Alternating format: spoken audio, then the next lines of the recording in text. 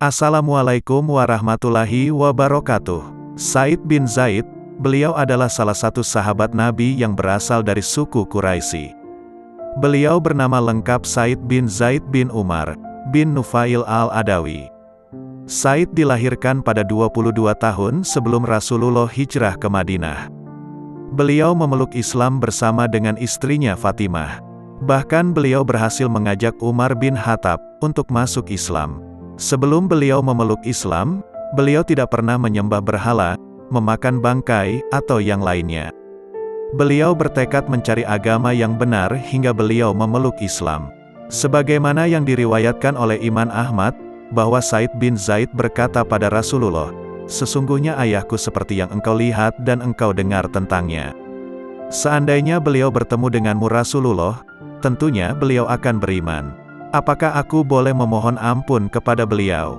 Rasulullah pun menjawab, "Mintalah ampunan baginya, sesungguhnya dia dibangkitkan sebagai satu umat." Tidak banyak yang mengisahkan tentang Said bin Zaid. Namun, yang perlu diketahui tentang sahabat Nabi satu ini, dia selalu setia dengan Rasulullah dan dikenal dengan doanya yang mustajabah, dan selalu dikabulkan oleh Allah. Said bin Zaid adalah salah satu sahabat Nabi yang dijamin masuk surga oleh Rasulullah. Beliau juga merupakan salah satu sahabat yang tidak pernah absen dalam menemani Rasul untuk berperang melawan musuh, kecuali di Perang Badar. Sebab saat itu beliau diutus oleh Rasulullah dalam misi di Syam.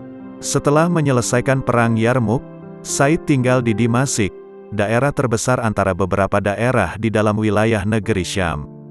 Ada satu kisah diriwayatkan, ada seorang wanita bernama Urwi bin Uwais. Saat itu terjadi banjir besar yang menghilangkan tanda batas kepemilikan tanah. Wanita ini menzalimi Said dengan mencuri bagian tanahnya, dan menuduhnya bahwa beliau telah mengambil tanah milik wanita tersebut. Tuduhan tersebut disebarkannya kepada masyarakat luas, hingga terdengar sampai ke gubernur Madinah, yaitu Marwan bin al-Hakam. Kemudian Marwan mengirim beberapa utusan untuk menyelesaikan sengketa tanah antara Said dan Urwi.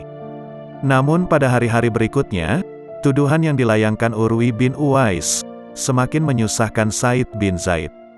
Said yang dulunya hanya diam saja, kini mulai angkat bicara karena tidak tahan dengan tuduhan wanita tersebut. Said bin Zaid berkata, "Banyak orang telah menuduhku bahwa aku telah menzalimi Urwi binti Uwais. Bagaimana bisa aku menzaliminya, sementara aku pernah mendengar Rasulullah bersabda, barang siapa mengambil sejengkal tanah dengan semena-mena, maka pada hari kiamat dia akan dikalungi dengan tanah dari 7 lapis bumi." Kemudian Said pun berdoa kepada Allah, "Ya Allah, wanita tersebut telah menuduhku bahwa aku menzaliminya, maka jika ia telah berbohong atas tuduhannya tersebut, butakanlah matanya, ceburkanlah dia di sumur yang ia sengketakan padaku. Ya Allah, tampakkanlah kebenaranku, sebagai cahaya bagi kaum muslimin bahwa aku tidak menzaliminya." Tidak berselang lama, ternyata doa Said bin Zaid terkabul. Kedua mata Urwi bin Uwais buta dan sumur menjadi tempat peristirahatan terakhirnya. Said pun bercerita bahwa beliau melihat wanita tersebut meraba-raba tembok karena buta dan berkata, "Aku terkena doa keburukan yang diucapkan oleh Said." Kemudian, Urwi binti Uwais sedang berjalan di rumahnya. Dia berjalan melewati tepi sumur, lalu dia pun terjatuh ke sana. Seorang ulama besar, Imam Nawawi, mengomentari kisah ini seperti yang dikutip dari tulisan Sayyid Utwah. Beliau menyebut Said bin Zaid memang memiliki keutamaan, berupa diterimanya doa. Kemudian beliau menambahkan bahwa mendoakan keburukan itu dibolehkan, jika ditujukan pada yang berbuat zalim dan menghina pemilik kemuliaan. Kisah singkat Said bin Zaid membuktikan besarnya kekuatan jalur langit atau berdoa. Semoga bermanfaat.